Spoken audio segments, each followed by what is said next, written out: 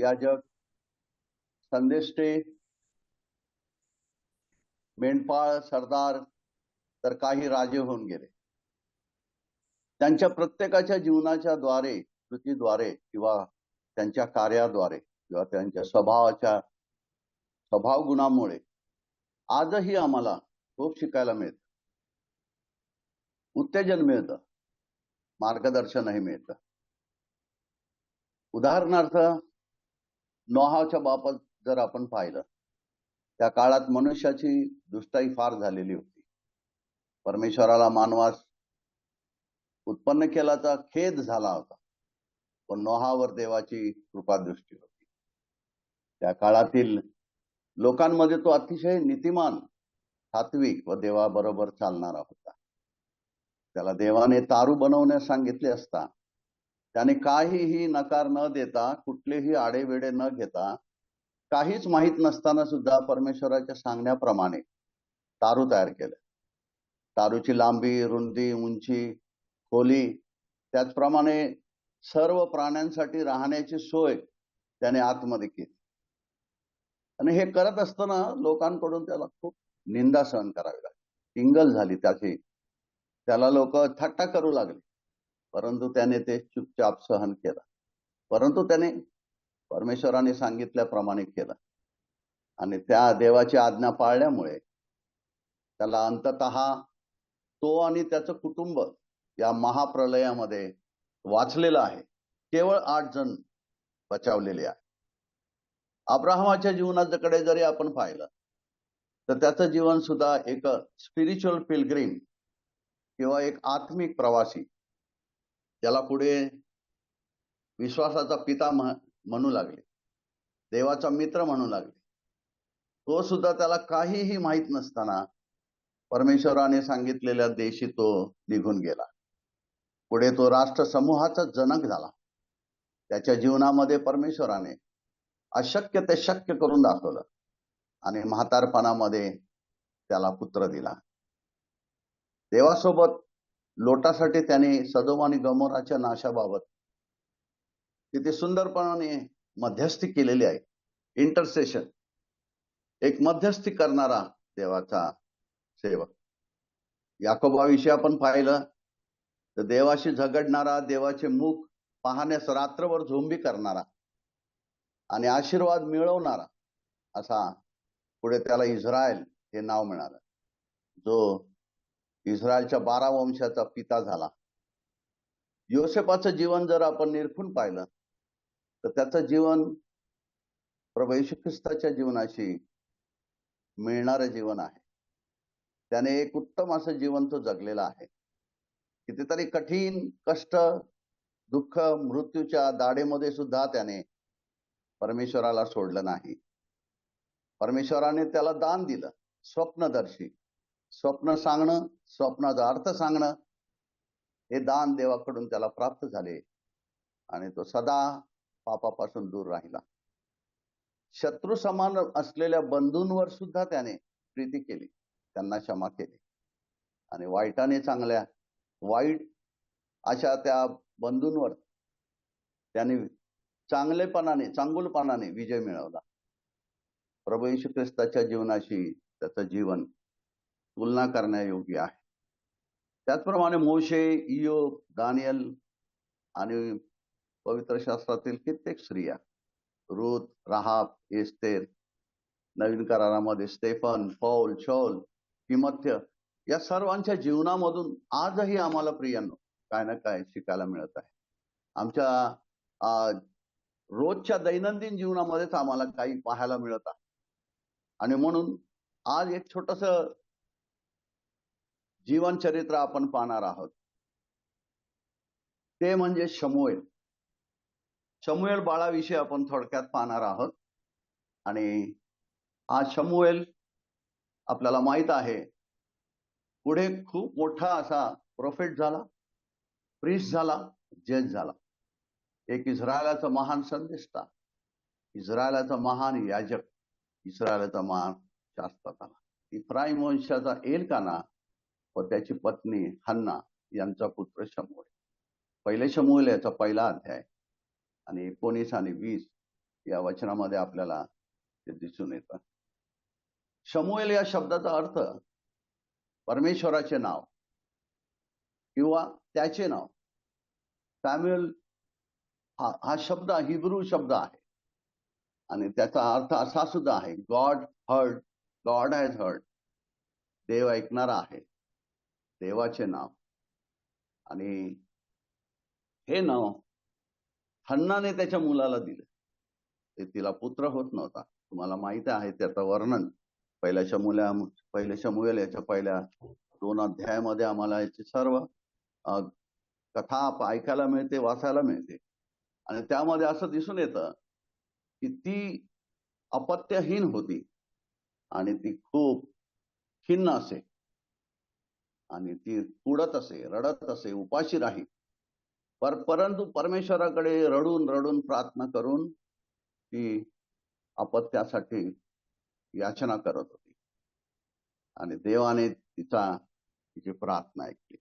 तिने परमेश्वराकडे एक नवस केलेलं आहे, मागणं केलेलं होतं की जर तू मला पुत्र लाभ करशील तर त्या पुत्राला मी तुझ्यासाठी समर्पण करेन, एक नाझीर म्हणून त्याला तुझ्या सेवेसाठी ती. आणि तिने आपला शब्द पाळलेला आहे. आम्हाला असं पाहायला मिळतं, बरेच लोक शब्द देतात पण पाळत नाही, नवस करतात पण नवस पूर्ण करत नाही. परंतु इथे आम्हाला ही स्त्री, तिच्याविषयी आपल्या पुढे असं म्हटलं जातं की खरंच देवाचं भय मानणारी अशी माता होती. एक सुंदर माता अशी ती झालेली आहे आणि परमेश्वराचा अनुग्रह तिच्यावर झाला. आणि आपण पाहतो तिला जो पुत्र झाला तिने त्याचं नाव शमूएल ठेवलं, यासाठी की पहिले शमूएल याचा पहिला अध्यायाच्या 20व्या वचनामध्ये असं म्हटलेलं आहे, या प्रकारे हन्ना गर्भवती झाली व दिवस पुरे होऊन तिला पुत्र झाला आणि हा परमेश्वराकडे मागितला असे म्हणून तिने त्याचे नाव शमूएल असे ठेवले. परमेश्वराने दिलेला पुत्र शमूएल. आणि ह्या मुलाला तिने देवाच्या कार्यासाठीच दिला आणि मग देवाचा अनुग्रह तिच्यावर झाला. आणि तिच्याविषयी पुढे असं आपल्याला ऐकायला मिळतं की पुढे तिला अजूनही 3 पुत्र झाले, 2 कन्या झाल्या. हा केवळ देवाचा आशीर्वाद आहे. आणि आम्हाला दिसून येतं पहिल्या शमूएल याच्या 2ऱ्या अध्यायामध्ये की एली याजकाच्या नजरेखाली परमेश्वराची तो सेवा करू लागला. प्रियांनो, आपण 4 मुद्दे पाहणार आहोत शमूएलाच्या बाबतीत की हेज रिमार्केबल चाइल्डहुड, त्याचं उल्लेखनीय बालपण. दुसरं, त्याचं अ सर्क्यूट जज ऑफ इस्रायल, चालता फिरणारा असा इस्रायलचा शास्ता. आणि नंतर करेजियस प्रॉफेट, धैर्यवान संदेष्टा. आणि चौथा मुद्दा आहे मॅन ऑफ प्रेयर, प्रार्थना करणारा संदेष्टा. या सर्वांविषयी जर आपण थोडक्यामध्ये ऐकलं तरी आम्हाला ह्याच्यातून बऱ्याच गोष्टी शिकायला मिळतील, ज्या आजही आमच्या जीवनामध्ये अतिशय उपयुक्त आहेत. आणि म्हणून ज्यावेळेस त्याचं बालपण आपण पाहतो तर शमूएल बाळाचं बालपण एक मंदिरामध्येच झालेलं आहे. लहानपणापासून तो मंदिरामध्ये वावरू लागला आणि एलीच्या हाताखाली देवाची सेवा करू लागला. प्रियांनो, लहान मुलांचं वय हे खेळण्याचं वय आहे, ते खेळत असतात. परंतु हे बाळ हे लहान मुलं असताना देवाच्या सेवेत आहे. आणि अजून एक गोष्ट आपल्याला आढळते नेहमी की लहान मुलं हे मोठ्या मुलांकडे बघून त्यांचं अनुकरण करत असतात. ते जसे वागतात तसे ते लहान मुलं वागतात. आणि या पवित्र शास्त्रामधील या पहिल्या शमूएलाच्या 2ऱ्या अध्यायामध्ये आपण ज्यावेळेस जातो तिकडे आम्हाला एलीच्या पुत्रांविषयी ऐकायला मिळतं. त्याचे पुत्र हे अगम होते आणि त्यांचं जे वर्तन होतं, वागणूक होती, इतकी भयंकर होती आणि इतकी वाईट होती की सर्व बाळ बघत होता. शमूएल बाळ हे पाहत होता कशा प्रकारे एलीचे पुत्र वागत आहेत, कशा प्रकारे लोकांना ते त्रास देत आहेत. तरी सुद्धा त्यांना बघून त्याची वाढ झाली नाही, तर त्याने देवाकडे पाहिलेला आहे, देवाकडे आपलं लक्ष दिलेलं आहे. आणि नंतर आम्हाला पाहायला मिळतं की परमेश्वर लहानपणीच त्या बाळकाशी बोलत आहे. लहानपणीच परमेश्वर स्वतः शमूएला बाळाशी बोलत आहे. 3ऱ्या अध्यायाच्या 9व्या आणि 10व्या वचनामध्ये तो त्याला हाक मारत आहे. 3दा हाक मारली आणि त्याने जाऊन एलीला उठवलं आणि मग एलीला कळालं की ह्याला परमेश्वर त्याच्याशी बोलू इच्छित आहे. तेव्हा त्याला तो सांगतो, तू आता पुन्हा तुला हाक ऐकू आली तर तू म्हण, हे परमेश्वरा बोल, तुझा दास ऐकत आहे.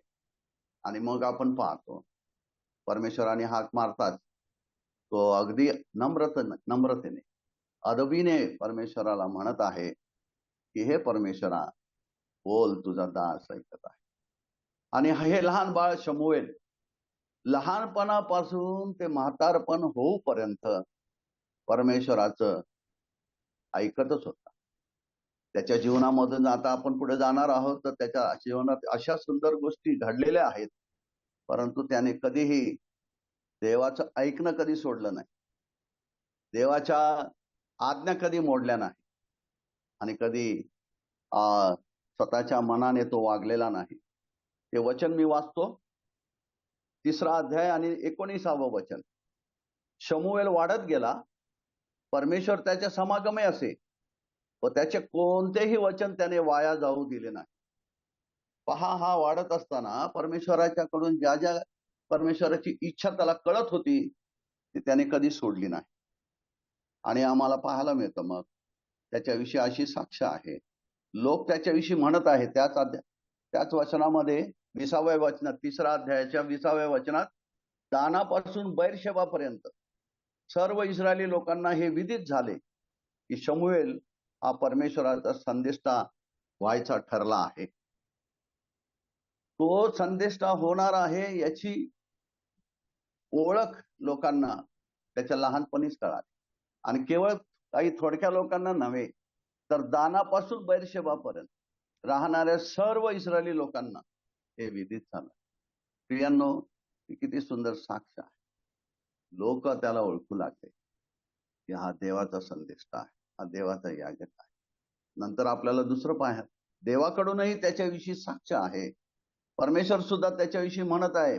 1 शमूएल याचा 2रा अध्याय आणि 35वं वचन, त्याच्यामध्ये तो असं म्हणत आहे की मी आपल्यासाठी एक विश्वासू याजक निर्माण करीन, तो माझ्या चित्ती व माझ्या मनी जे आहे त्याप्रमाणेच वर्तेल आणि मी त्याचे घराणे कायमचे स्थापिन. किती सुंदर साक्ष लोकांकडून सुद्धा आणि परमेश्वराकडून सुद्धा या शमूएल बाळाविषयी आपल्याला ऐकायला मिळते. आणि मग पुढे आपल्याला दिसून येतं की एलीचे 2 पुत्र हफनी आणि फिनहास यांचा मृत्यू झालेला आहे. परमेश्वराने त्यांना दंड दिलेला आहे. परमेश्वराने अगोदरच सांगितलं एलीला की तुझे दोन्ही पुत्र एकाच दिवशी मृत्यू पावतील.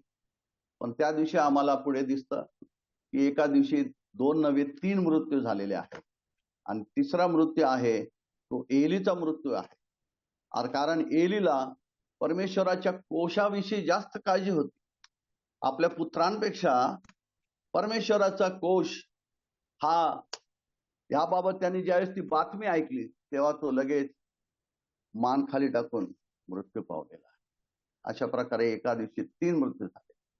आपण त्याचा दुसरा अशा प्रकारचं जीवन जे बालपण शमूएलाचं गेलेलं आहे, त्याचप्रमाणे प्रभू शमूएलाचं जीवन आम्ही प्रभू येशू ख्रिस्ताविषयी जरी आपण त्याची तुलना केली तर आम्हाला बऱ्याच गोष्टी साम्य दिसून येतील की प्रभू येशू ख्रिस्ताचं बालपण सुद्धा लहानपणापासून मंदिरात गेलं.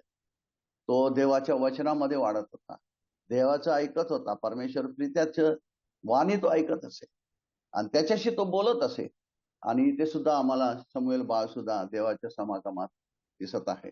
त्याचा दुसरा मुद्दा आपण त्याच्या स्वभावाविषयी जर पाहत असताना सर्किट जज ऑफ इस्रायल, म्हणजे फिरणारा, जागोजागी फिरणारा आणि देवाचं सेवा करणारा आणि न्याय करणारा असा तो संदेष्टा होता. त्याच्याविषयी एक वचन आपण वाचूया. 1 शमूएल याचा 7वा अध्याय आणि 16वं वचन. तो वर्षानुवर्ष बेथेल, गिलगाल मिस्पा या सर्व ठिकाणी फेरी मारून इस्रायलाचा न्यायनिवाडा करीत असे. हिंदी रेफरन्स मध्ये असा शब्द वापरलेला आहे की ओ घूम घूम कर न्याय करतात.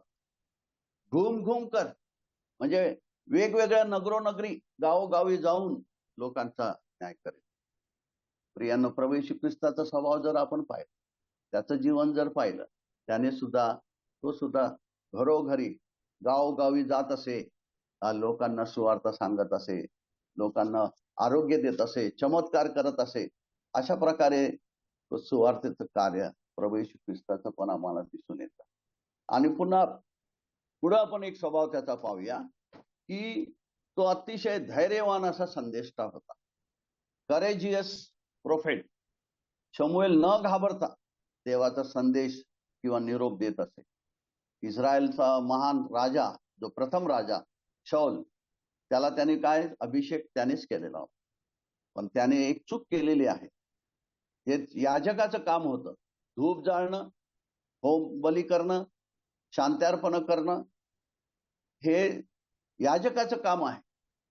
पण शौलाने याजकाची वाट न पाहता ते स्वतःच केलं. त्यावेळेस हा संदेष्टा संतापलेला आहे आणि त्याने त्याला सरळ मूर्ख म्हटलेलं आहे. तू मूर्खपणा केलेला आहेस. ते वचन आपल्याला पाहायला मिळतं पहिले शमूएल याचा 13वा अध्याय आणि 13वा वचन. त्याच्यात तो म्हणत आहे शमूएल शाऊलाला म्हणाला, तू मूर्खपणा केलास.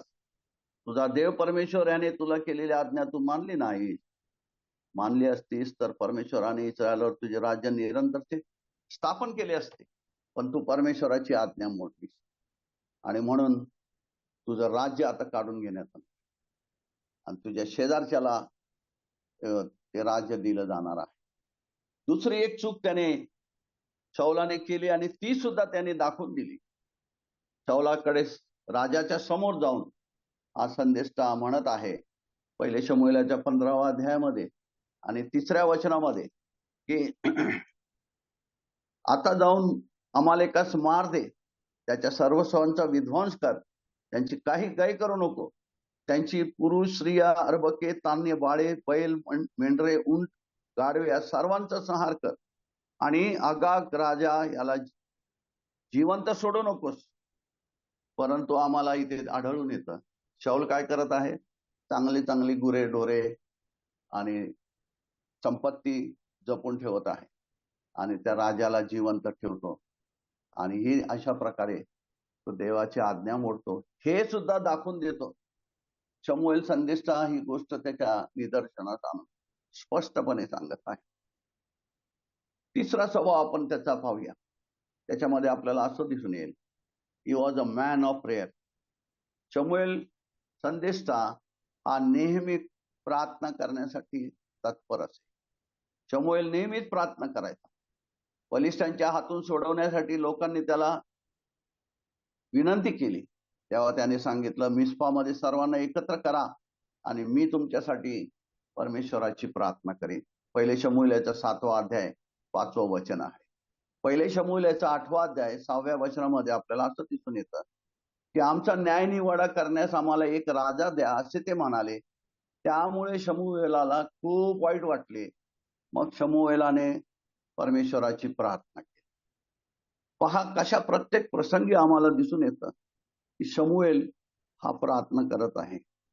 पुढे अजून एक उदाहरण आपल्याला मिळतं की पहिले शमूएल 12वा अध्याय 17 आणि 19व्या वचनामध्ये परमेश्वराने मेघगर्जना करून पर्जन्यवृष्टी करावी अशी मी प्रार्थना करीन असं म्हणत आहे संदेष्टा.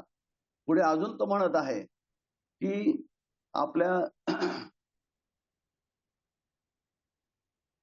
आपल्या दासाप्रित्यर्थ आपला देव परमेश्वर याची प्रार्थना करा म्हणजे आम्ही मरणार नाही. फलिस्टी लोक त्यांच्यावर हल्ले करत असताना हे इस्रायली लोक घाबरले होते आणि मग ते शमूएल संदेष्टाला म्हणत आहेत की आमच्यासाठी तुम्ही प्रार्थना करा म्हणजे आमचा बचाव होईल. इथे सुद्धा तो प्रार्थना करताना आपल्याला दिसत आहे. अजून एक महत्वाचं वचन हे आहे की तो परमेश्वराकडे असं म्हणत आहे. एक खूप सुंदर वचन आहे की पहिले शमूएल याचा 12वा अध्याय आणि 23वे वचन. तो असं म्हणत आहे, तुमच्यासाठी प्रार्थना करायचे सोडून देणे हा परमेश्वराचा अपराध माझ्या हातून न घडो. किती सुंदर इच्छा आहे. त्याच्यावरती वाईट प्रसंग आला, त्याचा अपमान झाला, तरी त्याने लोकांसाठी प्रार्थना करण्याचं सोडलं नाही. आणि तो बोलतो प्रार्थना करण्याचं सोडणं म्हणजे हा अपराध आहे आणि तो माझ्या हातून न घडो. आणि मग पुढे आपल्याला दिसून येतं की मोशेविषयी आणि शमूएलाविषयी असं म्हटलेलं आहे की ते प्रार्थना करणारे लोक होते. इर्मयाचा 15वा अध्याय, इर्मया याचा 15वा अध्याय आणि त्याच्या पहिल्या वचनामध्ये असं म्हटलं आहे की मग परमेश्वर मला म्हणाला की मोशे आणि शमूएल हे माझ्या पुढे उभे राहिले तरी मी माझे अंतःकरण या लोकांकडे वळायचं नाही. हे प्रार्थना करणारे लोक आहेत. शमूएल आणि मोशे, अहरोन हे प्रार्थना. आता काही लोक कसे ओळखले जातात त्यांच्या खेळावरून, हा क्रिकेटर आहे, हा फुटबॉलर आहे किंवा हा कॅरमपट्टू आहे, परंतु हा प्रार्थनापट्टू होता असं त्याच्या विषयी आम्हाला पाहायला मिळतं. एक वचन वाचूया, स्तोत्रसंहिता 99 आणि 6वं वचन, साम 99 आणि 6. ते हिंदीमध्ये सुंदर आहे. हिंदीमध्ये त्याच्यात लिहिलेलं आहे. हिंदीमध्ये प्रार्थना करणे वाला शमूएल, स्तोत्र 99 6 वचन मी मराठीमध्ये वाचत आहे. मानव स्तोत्र 99 आणि 6 वचन. त्याच्या याजकांपैकी मोशे व अहरोन आणि त्याच्या नावाचा धावा करणाऱ्यांपैकी शमूएल यांनी परमेश्वराचा धावा केला आणि त्याने त्यांना उत्तर दिले. पहा, हा प्रार्थनेचा वीर, अ मॅन ऑफ प्रेयर, त्याच्याविषयी साक्ष आहे. बऱ्याच ठिकाणी त्याच्याविषयी म्हटलेलं आहे की तो प्रार्थना करत असे आणि परमेश्वर त्याची प्रार्थना ऐकत असे. अजून एक साक्ष त्याच्याविषयी आपल्याला दिसून येते की त्याची साक्ष ही निर्दोष साक्ष आहे. त्याच्यामध्ये कुठलेही दोष लोक काढू शकले नाही. पहा, लहानपणापासून जो मंदिरामध्ये वाढत गेला आणि म्हातारा होऊपर्यंत तो परमेश्वराची सेवा करत होता. आणि ज्या वेळेस तो म्हणत आहे, पहिले शमूएलाचा 12वा अध्याय आपण त्याच्यात पाहूया की तो म्हणत आहे, पहिले शमूएल आणि 12वा अध्यायाचा पहिले 2-3 वचन त्याच्यात स्पष्ट असं सांगितलेलं आहे की शमूएल सर्व इस्रायल लोकांना म्हणाला, पहा, तुम्ही मला जे काही सांगितले ते सगळं मी ऐकून तुमच्यासाठी राजा नेमला. तर आता तो राजा तुमच्या समोर वर्तन करत आहे आणि मी तर आता वृद्ध झालो आहे. माझे केस पिकले आहेत, माझे पुत्र तुमच्यामध्ये आहेत, पण मी बाळपणापासून आजवर तुमच्या समोर वागलेलो आहे, वर्तवलो आहे. माझी वागणूक तुम्ही पाहिलेली आहे. आणि मग तो पुढे म्हणत आहे की तुमच्या पुढे मी आहे परमेश्वरा समक्ष व त्याच्या अभिषिक्ता समक्ष माझ्या विरुद्ध काही असेल तर सांगा. कोणाचं मी बैल घेतला असेल, कोणाची गाढव घेतला असेल, कोणाला फसवलं असेल, सांगा. लोकांनी स्पष्ट सांगितलं, तुम्ही आम्हाला फसवले नाही, आमच्यावर जुलूम केला नाही, अथवा कोणाच्या हातून काहीही घेतलेलं नाही. असा मिस्टर क्लीन, कोणत्याही प्रकारचा दाग त्याच्यावर नव्हता. लहान बालपणापासून ते म्हातारपणापर्यंत अतिशय निर्दोष अशी सेवा केलेली आहे. प्रभू येशू ख्रिस्ताचं जीवन ज्यावेळेस आम्ही पाहतो त्यावेळेस आम्हाला असं दिसून येतं की त्याने सुद्धा अशाच प्रकारे सेवा केलेली आहे. त्याच्यावरती दाग सुद्धा मिळाले नाही. पिलाताना लोक म्हणत होते की त्याला वधस्तंभी खिळा, परंतु तो म्हटलं, वधस्तंभी खिळण्यायोग्य अपराध मला त्याच्यात काही आढळत नाही. आणि अशा प्रकारे ह्या दोन ज्यावेळेस आम्ही गोष्टी पाहतो तर या दोन्ही गोष्टीमध्ये आम्हाला साम्य दिसतं. शमूएलाचं जीवन प्रभू येशू ख्रिस्ताच्या जीवनाशी मिळतं जुळतं आहे. अजून एक शेवटचा मुद्दा मी सांगून थांबणार आहे आणि तो असा आहे की तो एक आज्ञाधारक, देवाची आज्ञा पाळणारा असा होता. प्रियांनो, ज्यावेळेस परमेश्वराने शाऊल राजाला सांगितलं की अमालेकी राजाचा वध कर, तर त्याने वध केला नाही. तर हे कार्य कोणी पूर्ण केलं? हे कार्य शमूएलने केलं. शमूएल त्याच्याकडे जातो आणि त्याला म्हणाला, शमूएल शाऊलाकडे आला तेव्हा शाऊल त्याला म्हणाला, मी परमेश्वराची आज्ञा पाळली आहे, परंतु तो खोटं म्हणत होता राजा. तेव्हा शमूएल त्याला बोलतो, मग ते शेरडे मेंढरांचे बेंबावणे व गुरांचा हंबरडा कानी पडत आहे. आणि मग त्याने तलवार घेऊन आगाग राजाचा तुकडे तुकडे केले आणि ते कार्य पूर्ण केले. जे परमेश्वराने त्याला आज्ञा दिली होती, जी शाऊल राजाने पूर्ण केली नाही, ती आज्ञा शमूएल संदेश त्याने पूर्ण. प्रभू येशू ख्रिस्ताच्या बाबतीत सुद्धा असंच आहे. जे कार्य त्याला परमेश्वर पित्याने सोपवलं होतं ते त्याने पूर्ण केलेलं आहे. ह्या गोष्टीमधून आम्हाला बऱ्याच गोष्टी शिकायला मिळत आहेत की आम्ही या जीवन क्रमामधून बऱ्याच गोष्टी शिकू शकतात की आमची साक्ष लोकांसमोर उत्तम असावी. आम्ही परमेश्वराची इच्छा जाणून त्याप्रमाणे चालावं. आम्ही परमेश्वराचं भय मानणारे असावेत. आमच्यावर कोणत्याही प्रकारचे ताग नसावे. प्रभू करो या विचाराद्वारे त्याच्या बरोबर चालण्यासाठी तो आम्हाला मार्गदर्शन करो, सहाय्य करो.